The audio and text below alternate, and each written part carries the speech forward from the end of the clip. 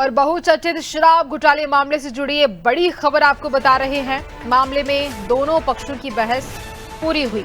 ED ने जहां 3 दिन की रिमांड मांगी है, के श्रीवास्तव से 72 करोड़ हवाला का खुलासा भी इस बीच देखने को मिला, जहां 115 करोड़ लक्ष्मी नारायण के जरिए पहुंचाए। कोयला घोटाले का डायरी में जिक्र भी मिला।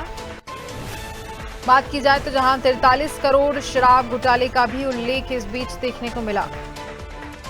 तो देखिए, शराब घोटाले मामले से जुड़ी ये बड़ी खबर आपको बता रहे हैं। जिस तरह से सौम्या की गिरफ्तारी हुई है, उसके बाद कई ऐसे बड़े खुलासे इस बीच देखने को मिल रहे हैं। कि जो लिकर स्कैम का इन्वेस्टिगेशन हम कर रहे थे, उसमें कुछ लोगों के स्टेटमेंट रिकॉर्ड किए गए, जिसमें मुख्य स्टेटमेंट था के अग्रवाल, के श्रीवास्तव, लक्ष्मी नारायण बंसल और निखिल चंद्राकर का। इनके जो सेक्शन 50 स्टेटमेंट है, उसमें पता पड़ा, इन लोगों ने इस बात की स्वीकारोक्ति की है कि कुछ पैसा जो है शराब स्कैम का, वो सौम्या चौरसिया को भी प्रदान किया गया है।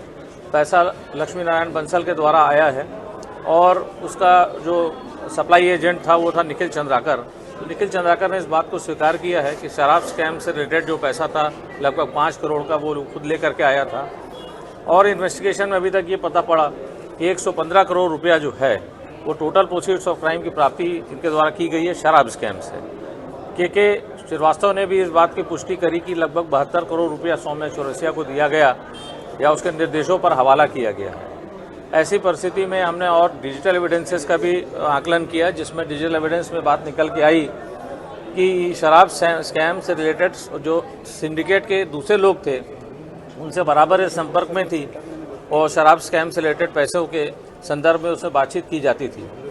साथ ही साथ जो डायरी एंट्री हमको मिली हैं, इनकम टैक्स ने डायरी जब्त किया था, उस डायरी एंट्री में स्पष्ट रूप से दिख रहा है कि लगभग 43.5 करोड़ रुपया सौम्या चौरसिया के पास डायरेक्टली आया है।